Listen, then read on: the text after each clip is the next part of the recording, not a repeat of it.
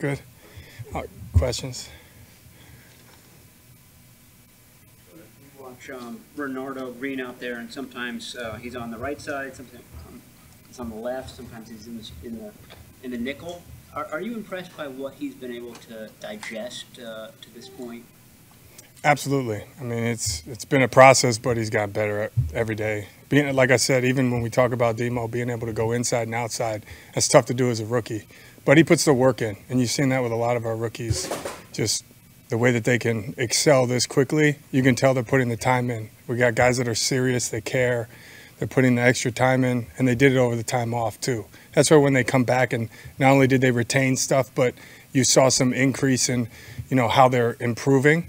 That shows that, this guy's, we got the right guy. We knew that about the guys that we targeted and that we got, but to see that with him and some of the other guys as well, it's really encouraging because that's who we are. 2 picks from Odom today, and he's more than held his own, it seems like, running with the first teams as a safety, pigeonholed as a special teams guy for so long, but how viable is he as a safety?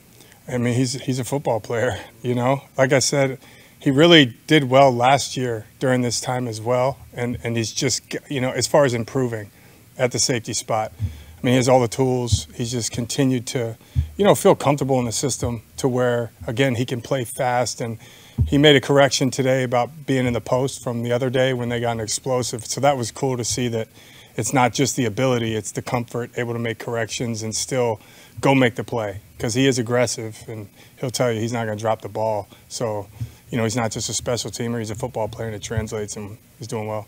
Nick, you've been around football a long time. Yeah. What would you tell a casual fan who's going to turn on the game Saturday about the kickoff, that doesn't really know what's going on?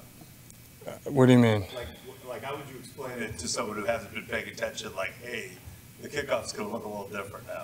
Well, did they already know about the kickoff, or is this someone who's from Mars and they don't know anything? But they kind of forgot, and they're they're starting out right near each other, and then they're going to play. So, I mean, that's the only way, I kind of watch it a little bit.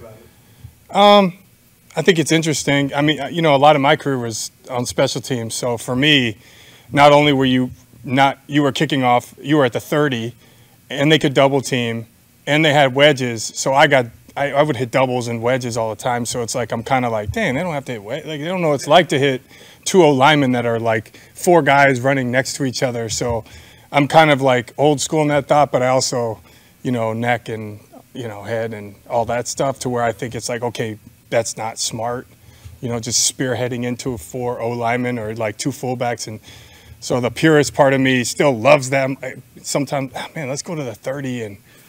But it's smart. You have to do the smart thing. Just like two-a-days. I remember as a player being what are we doing? It's the 4th day, and we're going to do two-a-days for 10 days in a row before our first day off, and you can't even walk when you wake up.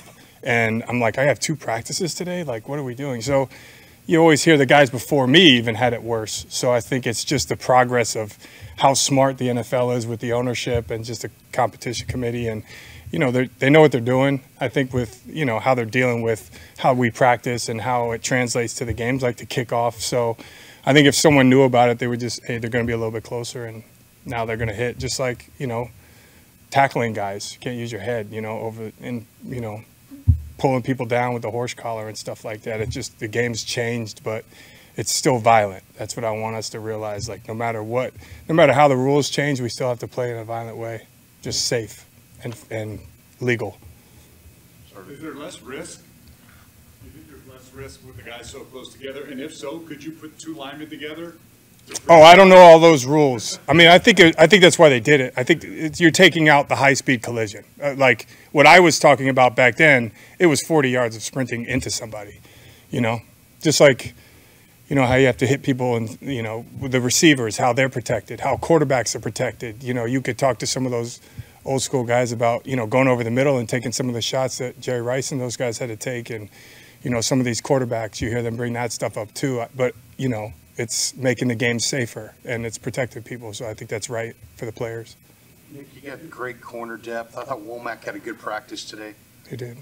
How would you describe his tenure here? It's he kind of seemed like he fell out of favor last year, didn't play a lot at the end of the year, but he sure looks good this summer.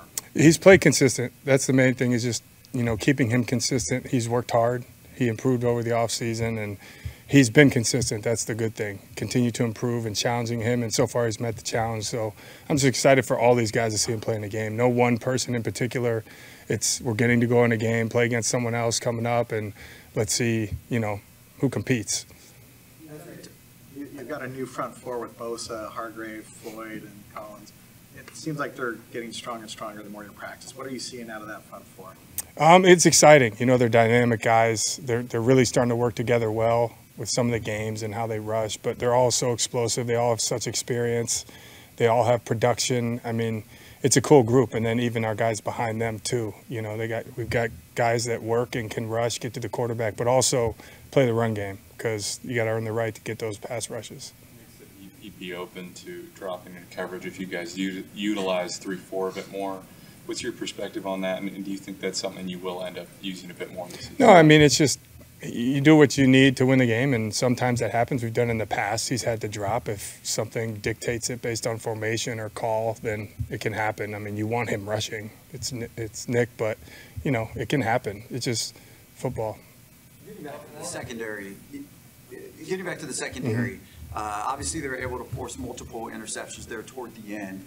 Why do you think that they were so efficient or effective at doing that? And then also, as we head to near the end of camp here, and how much confidence do you have with these guys going into the season, especially in this pass-happy league that we have, that this group and secondary will, continue to have that success?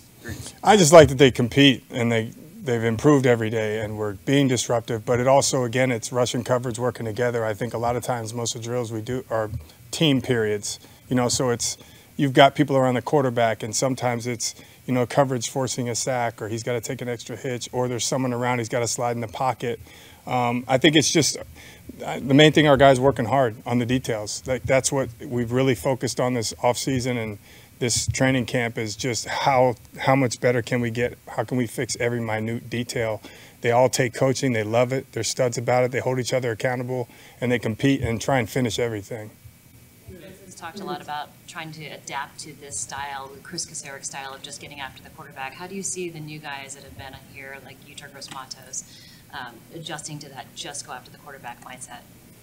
I don't think they're – as far as how he coaches and what we want to do, he's adjusted well. I think a lot of the guys have, really quickly. Just like we were talking about Renardo earlier. I think it's – like I've said a couple times, I think the guys that we brought in are just the right type of guys. Not only are they talented in what they have positionally, they're also very serious and they love ball, and then they come into a team that's already like that. So he's worked really hard, and he's really focused, and they want to do it right. So he's really picking it up fast. How much more do you think you can get out of Javon Hargrave this year? I think he looks great right now. I think sky's the limit. I think he looks, I feel like, better than he did last camp. I think he would, he's gotten more comfortable, and he had a really good offseason and training and coming in, and I'm excited. Is there a little hesitation just coming from a different scheme to this one that you saw from him last year? I don't know. I think, he had an injury at one point, and he was doing really well, and sometimes there's setbacks like that just, can take you off course a little bit.